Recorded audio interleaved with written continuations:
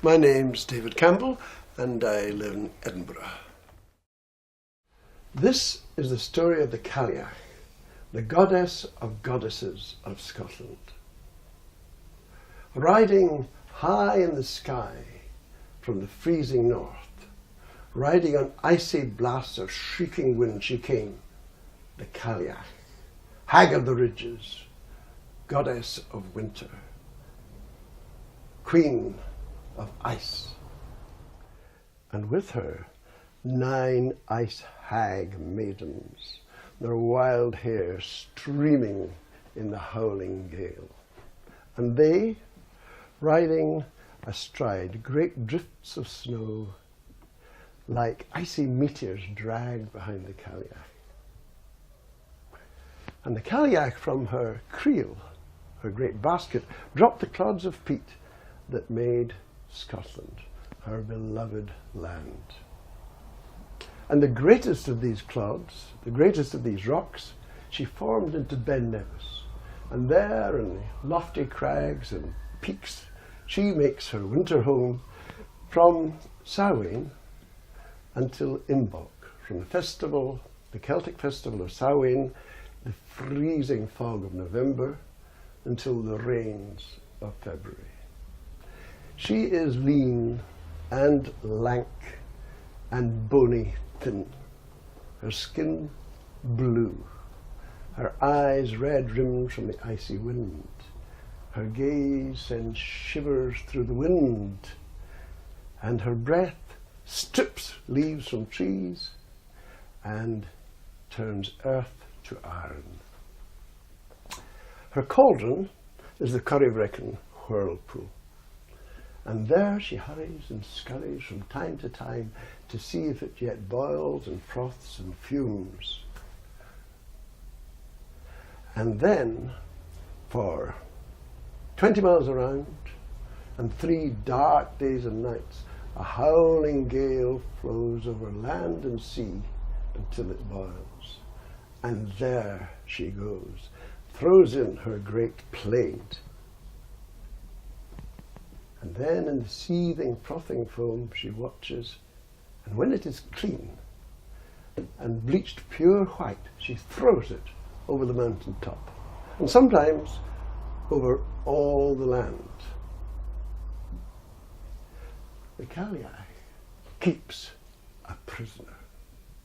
She keeps prisoner the beautiful bride, the goddess of spring, eyes blue as summer skies. And her gaze opens the buds on the trees.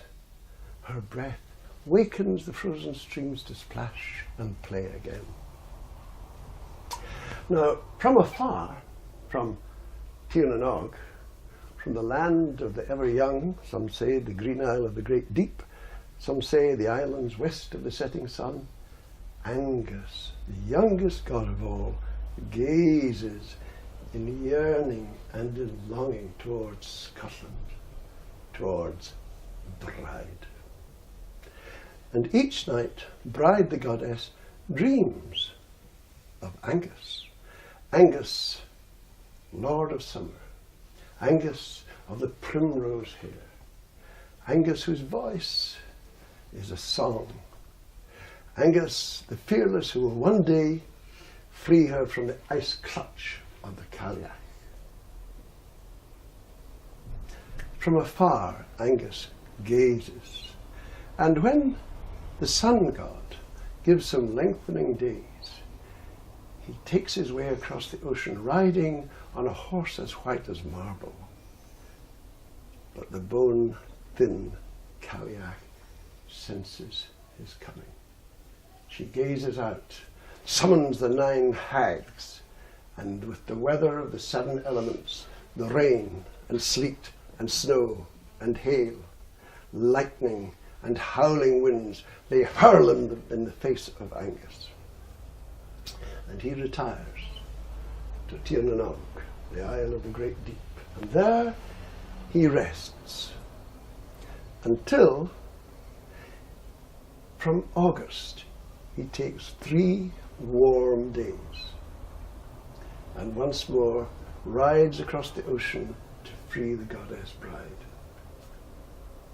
But the Cailleach takes 3 days from darkest, coldest winter, and on the high ridges of the Cuillins they meet and clash, a fight fierce and ferocious, as ever with Cuillin, a great god, when he fought the daughter of the warrior queen of sky.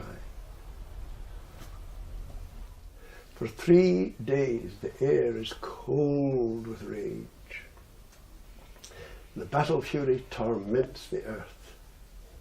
Storms rage in the sea. And then Angus Og defeats the Cailleach, and she flees screeching to the Isle of Mull, and there she dies. And her husband, the great sea beast, laments, and his tears are the first cold rains of spring. Across the meadows of the morning walk Bride and Angus towards one another, and when their eyes meet, their love warms the earth. Her laughter tickles the first buds of spring to leap from the trees like a little dance. Her gaze wakens even the frozen streams to splash and play again. She is free, the earth is alive again. But the Cailleach cannot die. She sleeps and waits, and once more will put her cold clutch on her winter kingdom and her beloved land of Scotland. And some say that the Cailleach, goddess of winter, and Bride, the goddess of spring, are one.